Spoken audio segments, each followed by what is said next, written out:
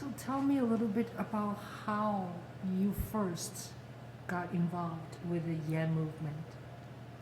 Ooh. So I'm a big fan of the Joe Rogan podcast. I was actually just telling everyone that Duncan Trussell, he's like my favorite JRE like podcaster that comes on. He did like this drunk history with Nikola Tesla. It's absolutely amazing. And like on his last JRE, he was dressed as like a swamp thing. Anyways, he just enjoys Andrew Yang, and I watch Joe Rogan Experience all the time. And I saw the Andrew Yang one. Like I've always been super into politics, and I've always been into like the future of the mind and stuff like that, like Michio Kaku stuff. And I was just very afraid of the idea of the neural lace and the neural link, which is basically like combining the brain with AI, because I worry about like, you know, people co-opting your mind or the security that's involved with that, right? And so these are like big problems that we're about to face that can change like the entire course of human history and what it means to be a human. And so like I just felt that like all of this was happening very fast, and there wasn't really any like politicians out there that really understood it or really like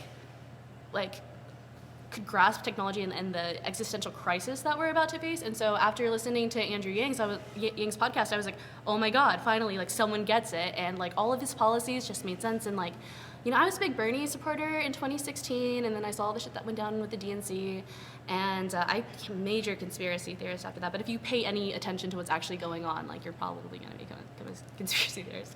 And, you know, I just got so angry with the DNC and when they basically had the Hillary Clinton Victory Fund, and it was just so unfair that I actually voted third party. I was one of the like probably 3 people that voted for Jill Stein, because I don't know if people know this, but the Green Party is actually the party that came up with the Green New Deal originally, that like, you know, Bernie and like everyone is now adopting. Like that's what they did in the last election. She had the most progressive agenda ever. So I absolutely love Jill Stein. And you know, it's just not viable for a third party at this point in American politics to really win. So that was kind of like my protest vote. And when I did that, I realized that it had the possibility of making Trump president. But it was like, vote for the evil you know or the evil you don't know, right? So at least there was like a chance that he was being honest. I mean, obviously, you know, history unfolded as it did. But But, you know, I totally understood why it was happening. It's just like all of these people were just getting so frustrated with the system, and they wanted someone to be an advocate for them. And Trump seemed to be that person for a large portion of people who have like, who are more conservative or side more with like the right side of ideology. So, yeah. So you are doing such a great job, and you have been doing such a great job, and Thank we're you. very grateful for your organization skills and put us together.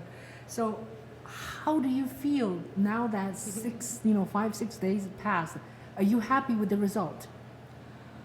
I honestly think this went way better than expected, because literally when I started helping out Humanity Forward a month and a half ago, they hadn't even booked hotels yet. So that is a lot to do in a very little amount of time. And, you know, I was very scared for this week, to be honest with you, because one of the girls who was on the hotel team with me, and probably one of the most central people in all of this, her name is Kimberly DeMarche. She is an absolutely beautiful, wonderful person, and unfortunately right before this, her father passed away, so she couldn't be here this week.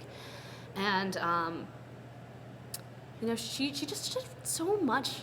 And so I was really worried that, you know, not having her around, because she was so central, you know, and especially like booking like for Yang Month and stuff, like I was so afraid that everything would fall apart without her. But like, you know, thank God they let me like step in just a little bit more, because, you know, me and Kimberly both come from like the event planning industry, and so that's why, you know, we're kind of really like useful when it comes to hotel booking and contract negotiations and stuff like that, and actually figuring out where you need people as far as hubs and doing that kind of stuff.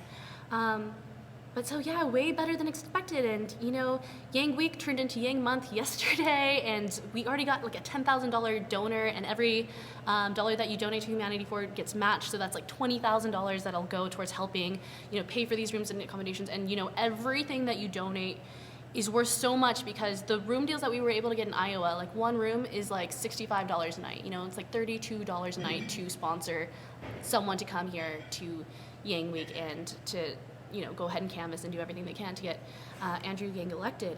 And yeah, you know, I'm just so grateful for all the people who donated to Humanity Forward and who made this happen. Thank Yep. you. Thank you so much. Thank you. Yeah. Great job. Thanks.